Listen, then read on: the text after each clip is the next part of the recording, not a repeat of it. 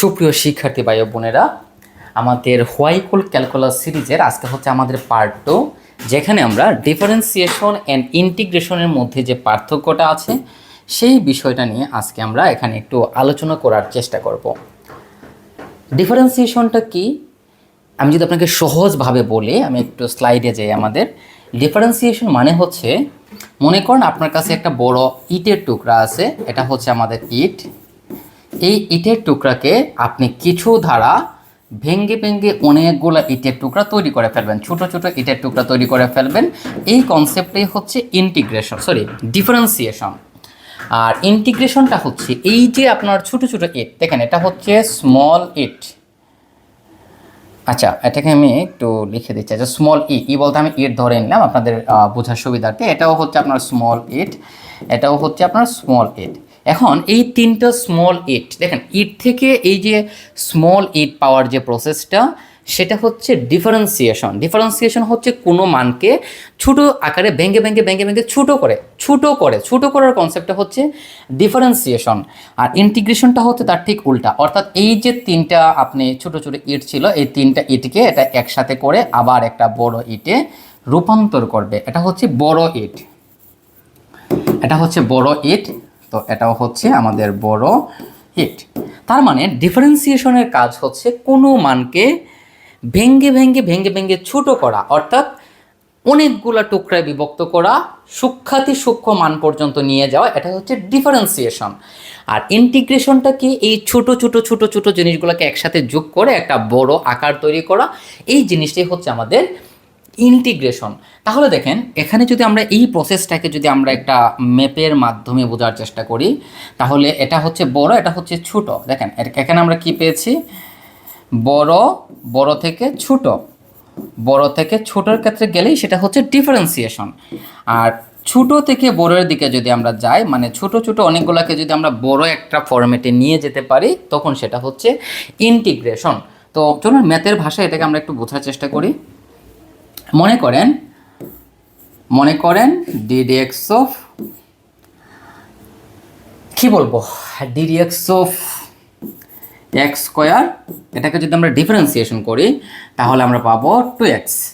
এখন দেখেন এই 2xকে যদি আমরা ইন্টিগ্রেশন করি, অর্থাৎ 2x dx, তাহলে 2টা হচ্ছে এখানে কনস্ট্যান্ট, x dx এর ইন্টিগ্রেশন হচ্ছে x স্কোয়ার বাই 2। এখানে একটা সমাকলন ধ্রুবক আসবে যার নাম হচ্ছে c। এই সমাকলন ধ্রুবক c কেন এসেছে, এই বিষয়গুলো নিয়ে আমরা আমাদের পার্ট 1-এ আলোচনা করেছি। অবশ্যই আপনারা পার্ট 1টা দেখে যাবেন, যে কেন আমরা যোগ করলে, মানে কেন আমরা ইন্টিগ্রেশন করলে একটা সি চলে আসে। এই বিষয়টা নিয়ে আমরা পার্ট 1 আলোচনা করেছি, তো এখানে আমরা এটা নিয়ে আর আলোচনা করব না। তাহলে দেখেন 2কে যদি আমরা কেটে ফেলি তাহলে আমরা পাবো এক্স স্কোয়ার প্লাস সি। সিটা কনস্ট্যান্ট, তো এটাকে আমরা আপাত দৃষ্টিতে ধরে নিলাম এটা নাই। তাহলে এই হচ্ছে আমাদের এক্স স্কোয়ার, এটা কিন্তু আমরা পেয়ে গেলাম যেটা আমাদের প্রথমে ছিল। তার মানে ইন্টিগ্রেশনটাকে যদি আমরা চেঞ্জ করে দেই, তখন আমরা যা পাবো সেটাই হচ্ছে ডিফারেন্সিয়েশন। আর একটা উদাহরণের মাধ্যমে আপনাদেরকে আমি বোঝাই। মনে করেন আপনি এই গ্রাফটা আমরা আমাদের প্রিভিয়াস ক্লাসে দেখিয়েছিলাম। সো এটা মনে করেন একটা গ্রাফ। সো এটা হচ্ছে আপনার অরিজিন বা সোর্স বলতে পারেন, যেখান থেকে আপনি গাড়িতে উঠবেন। এটা একটা গাড়ির ম্যাপ মনে করেন। আমরা এই জায়গাতে যাব। সো এটা মনে করেন হচ্ছে আমাদের প্রিয় শহর মৌলভীবাজার, আর এই জিনিসটা মনে করেন ঢাকা।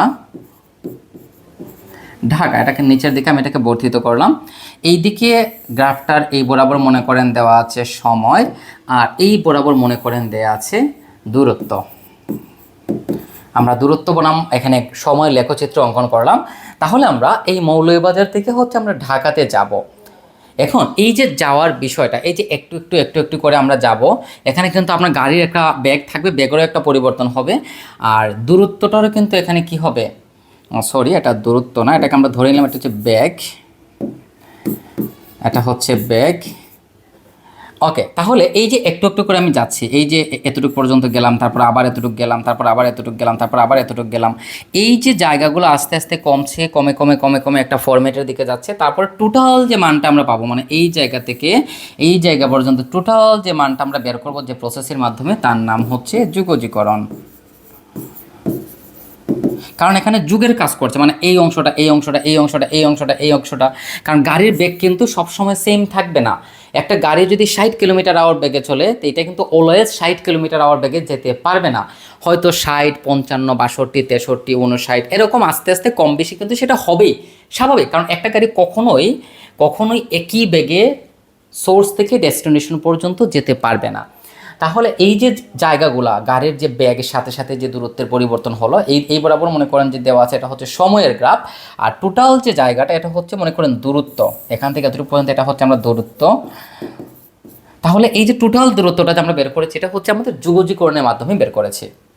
এখন এটাকে যদি আমরা ইনভার্সলি চিন্তা করি যে টোটাল দূরত্বটাকে আমরা ভেঙ্গে ভেঙ্গে ভেঙ্গে ভেঙ্গে ছোটো ছোটো দূরত্বে পরিণত করব, তখন সেটা হচ্ছে মানে ডিফারেন্সিয়েশন অর্থাৎ অন্তরীকরণ। সো এই সকল প্রেক্ষাপটের আলোকে আমরা বলতে পারি অবশ্যই অন্তরীকরণ হচ্ছে যুগজীকরণের বিপরীত। সো আমাদের সিরিজের এই ক্লাসটা ভালো লাগলে অবশ্যই জানাবেন এবং পরবর্তী ক্লাস পেতে অবশ্যই আমাদের সাথে থাকবেন। ধন্যবাদ।